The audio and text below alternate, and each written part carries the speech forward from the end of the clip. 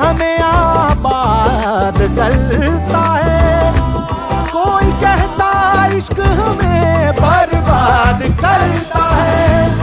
जहन की तंग दीवारों से उठकर मैं कहता हूँ इश्क हमें आजाद करता है।